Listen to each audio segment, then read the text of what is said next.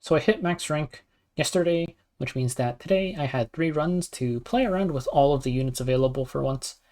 And this is going to be my tier list for the units having done so.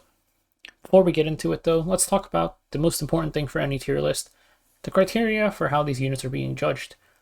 So the thing about Brawl is it's kind of weird because the difficulty of the run changes a lot as you get more ranks in your pass and you unlock more relics.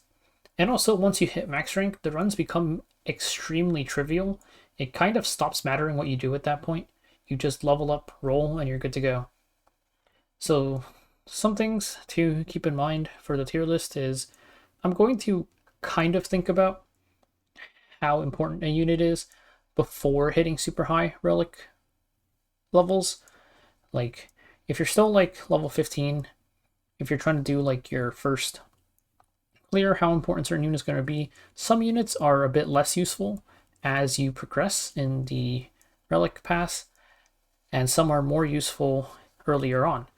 So those are some things to keep in mind. Also, the hardest part of any challenge mode run is going to be stage 24. Pretty much no other stage is worth considering in terms of what it does for like how important a unit is to clearing challenge mode. It's literally just stage 24. Nothing else really matters, I would say. So now let's take a look at the actual tier list. First up is Caesarea. Caesarea is pretty much a unit you want on your team always. For clearing stage 24, which is a massive DPS check, she is pretty much mandatory until you get to like super late relic tiers. Because I've done a run before where I didn't have Caesarea nor Operator Secret, and I still managed to clear the whole thing fine. But that had pretty much, well, I did have maxed out relics, and I had pretty much every other unit I wanted SSS. Until you hit those super high relic tier levels though, and even then, it's trivial to get Caesarea with her being a fire unit instead of a light or dark one. You should just always use her. Her S3 is a giant nuke, and the timing at which she uses S3 is really good because the 2 main buffers, which is Leica and Peyra, both of their buffing skills will happen right before she uses S3 without any sort of tuning on your part. Next up is Operator Secret.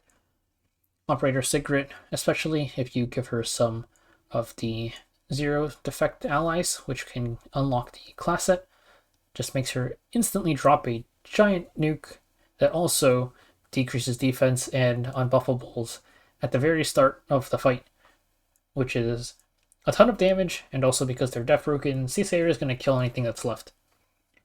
The only real knock on her is that she is dark, so it can be kind of annoying to get her S rank sometimes, but once you're rank 25, it doesn't matter. Like, you'll get her S rank eventually because you have all of the econ relics as well. Plus, you have so many stats, just raw stats, like pretty much any combination of 5 stars will clear. So it doesn't really matter at that point, honestly. And then there is Leica. So Leica in this tier, I would say these are units that are largely core, and you almost always want them in a run. Some of them are... I'm looking at this and rethinking my ordering, but whatever. These units are pretty much core to a run, and you almost always want them in your team. With the exception of LRK, he's kind of a special case, but I'll mention him later. So Leica you always want on your team. She gives greater attack buff and speed buff to herself and all allies 1 tile around her. Like I mentioned, the timing for Caesaria's S3 also lines up perfectly with Leica's S2. You don't even need to tune it, it'll just always happen. Leica S2s gives Caesarea greater attack buff, and then Caesarea S3s and does big damage. Next up is ML Peyra. ML Peyra, really good frontliner, plus her buff on her S3. She gives rage, crit chance, and crit damage buff. And also, like I mentioned, the timing for it just automatically tunes so that it happens right before Caesarea uses S3. So Caesarea always gets the full effect of it. Her S2 and S1 by themselves are also insanely strong. It's just, she attacks super fast with the dark trait. Ends up doing a pretty good amount of damage. And also, she permanently applies Death Brick more or less to whatever she's fighting due to how fast she's attacking. With how strong Caesarea is as a DPS, all you're really aiming to do is keep Caesarea plus Leica alive, and the rest of your frontliners are contributing other bits of damage, and just trying to not die while Cicera kills everything. So with that in mind, also her keeping everything death broken is good utility, as if anyone else is fighting what she's fighting, it'll die a lot faster. Definitely the best frontliner, I would say. And plus being Nadalon gives her a lot of free stats, especially once you start unlocking some of the related relics. Next up is Paladus. Paladus is really good just for her synergies alone, honestly. She's fire, which works well with Cicera. Plus she is Policia, which works well with Leica to summon the cannons. She also contributes a pretty good amount of damage, even though she kind of struggles to proc her S2, because she shouldn't really be getting that many kills typically. Without it, she's still doing good damage, just from being fire.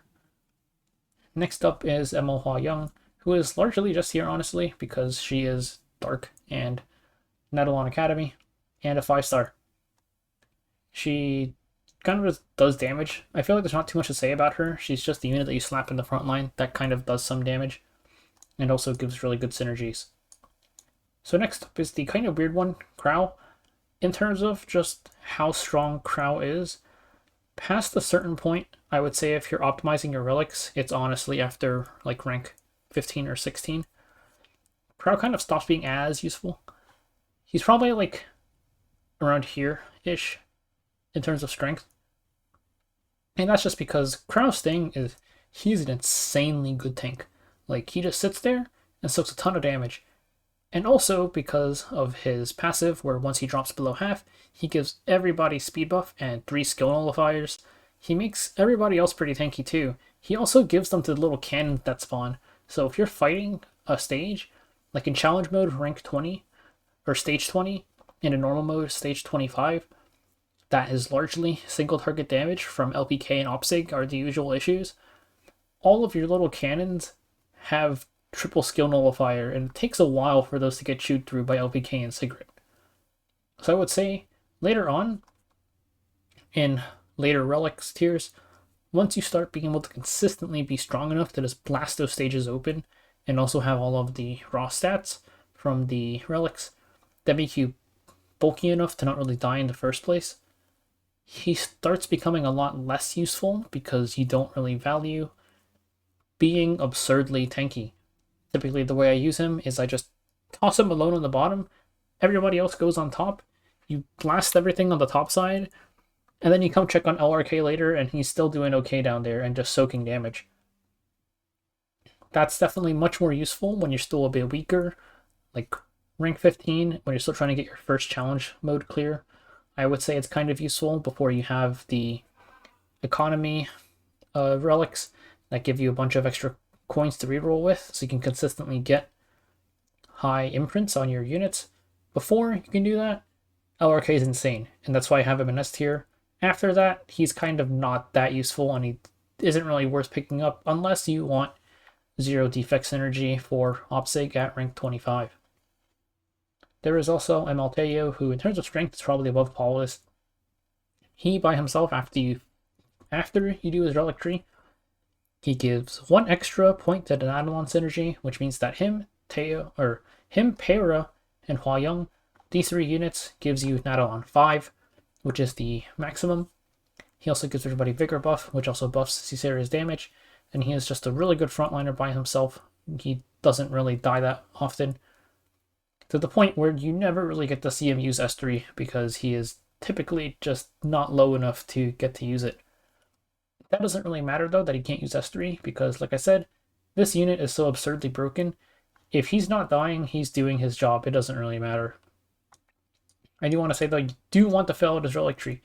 His bottom row of his relic tree, plus honestly the final one, where you get +1 Nadalon with him on your team, is kind of what makes him so absurdly good. And then there are these units where I would say typically your team would include some of these units to finish out your comp. At rank 25 it stops mattering, but on your way there, I would say these units are nice. First up is Bellion. Bellion is Policia, so you can substitute Paladus for her if you want. I don't think there's that much of a need to, but it is an option if you really want to. The problems with Bellion is, 1, her attack speed is so slow. and her S3 doesn't activate until you attack like 9 times or something. By the time she S3s, the fight is pretty much over. It does still do decent damage, it just takes too long to go off in my opinion. Her S1 is really good utility though. It's this giant line that hits like 3 rows, and it goes all the way to the back. So on round 24, she can hit the cannons all the way in the back and chunk them out a little bit. And also there's a chance for it to apply debuffs. So really good utility. The other awkward thing is I think she's best served as a frontliner, where you just kind of keep her in the front. But the problem is that when she repositions herself, because even though she hits 3 lines, she is going to always make sure there's something in her center line.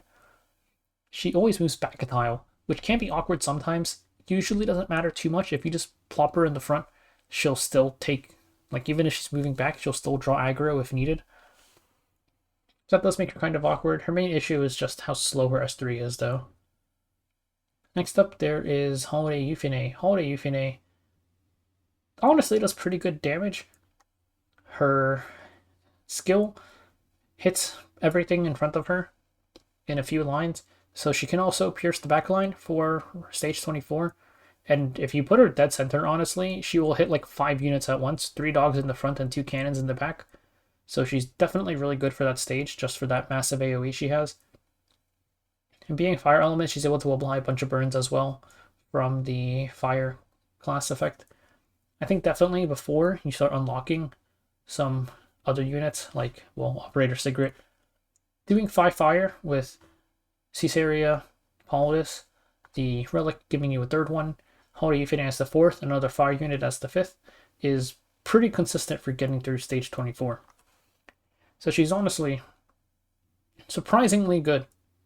She does need a little bit of stats from bulk though to not die too fast, but it's definitely doable. Just the 5-star ones to start off with should typically be good enough. And then there is, I don't remember his name, Westwind Shuri, I think, or something like that. Dark Shuri, pretty good.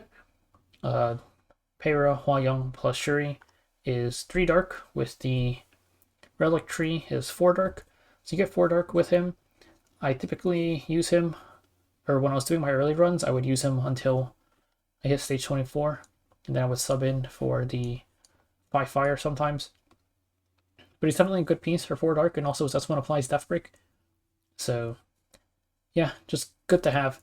It's good utility and good good element to help buff your other units as well. There's Specimen Says, who I honestly think this unit is kind of useless. By the time you're rank 20, your runs should be incredibly consistent already, and it shouldn't really be that hard to clear. I have only ever seen him use his S3 a single time when I was doing my run using no Caesarea and no Opsig, just because he needs to get the kill himself, and he's not doing that. Like, your other units are going to just murder everything before Says even gets to kill anything. Like I said, the only important stage really is stage 24, and on stage 24, by the time Spez is done killing whatever dog he's fighting, everything else on the map is dead already. So I think this unit kind of sucks, honestly. I've been forcing him into every single game that I play just to see if he'll do anything, and he hasn't really contributed. His stun can be kind of nice, but I don't see what he does that LRK doesn't, honestly. And then there is this tier here, the Synergy Placeholders. These 2 units have pretty good synergies. They're just completely outclassed later on. Like, Glenn has Felicia, so if you're like super early on and you get like, let's just say Leica, and you have no Paulus and no Bellion, you can just use Glenn, Leica, Glenn. 2 Felicia is good enough, you never really go for 4. And then Addon is same element as and class as both Peira and Hua-Young. So whoever you're missing between these 2, you can use Addon. Addon is honestly not bad. She's pretty good damage. Her main issue is that she's a 4-star, and you always skip the 4-star stats. So she's pretty much always missing out on those. Plus, just being a 4-star means she has lower base stats, and she kind of dies a little bit too quickly. If she had Lifesteal on her S2, S3, whatever that skill technically is, like her mana bar one, I think she'd actually be pretty strong, but she doesn't. So that is definitely one of her big issues. She does a lot of damage, but she kind of dies very fast. Next. Some of these I'm honestly not even going to talk about, but Acades is worth mentioning just because she is fire. That's about it. She is the 5th, or I guess technically the 4th fire unit to complete the 5 fire synergy. Her biggest issue is that she's melee, so she likes to run in and instantly die. Like I mentioned with Adin, we don't pick up the 4-star stats, so she is going to be missing a lot of bulk. And yeah, she just runs in and dies. What I did with her was I kind of always just put her in the back line and had her walk all the way to the front of the fight. That way, surely everything on the map is already aggroed onto something else before Acades walks into targeting range. And that's the only way I could really keep her alive. Her skill isn't bad, honestly. Like, the big heal can be nice sometimes. The problem is she just dies and runs in to happily die. But she is fire, though, so she's top of B class just for that. And then there is LPK. She does decent damage. Same issue, honestly. 4-star missing stats. And she kind of runs in and dies. You do place her in the backline as well to benefit from the speed buff from the 0 defect synergy, because if you're using LPK, you probably are going to have that just from some of the other 0 defect units that are pretty good. Her damage honestly isn't that bad. It's just 4-star life. Senya functions as a tank. It's just if you really want a tank, there's better ones. Like pretty much all of these ones are better. All of these frontliners are just better than Senya. Not really any reason to use her. Honestly, she might be better than Spez.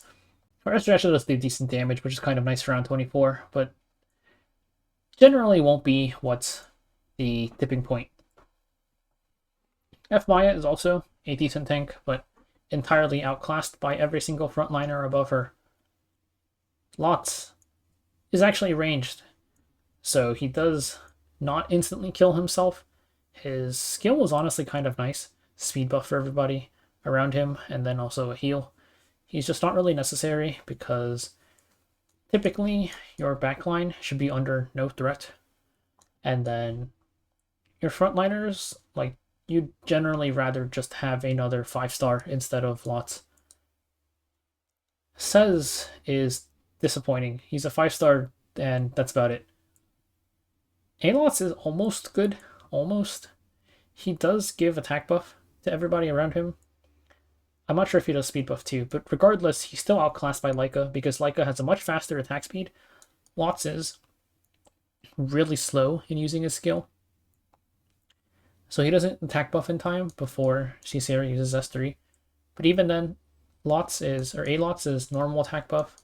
Leica is greater attack buff, so Lots is not that good. Plus he's too slow anyways. Firemire is fire, but she is worse than Acades, so she is down here. IHA is also just a healer, and I don't think... I think she's worse than Lots and Acades, honestly, and also she is not fire, so definitely down here. And then these guys just suck. You only really use them at the very start of the game when you have nothing else. Like, early rank, because once you hit later ranks, you start getting units for free. And that's it for the tier list. That's kind of just, like, my thoughts on which units are good and whatnot after having played it. I mean, Brawl was fun. Definitely some improvements they need to make. I think the game mode kind of devolving into roll 5-star and go is both good and bad. It does make it a lot less complicated for people who aren't used to this game mode, which I would say is probably more important. I'm not expecting like TFT level production from a side game in Epic 7, but either way, I had a decent amount of fun with it, and that's probably it until the next season.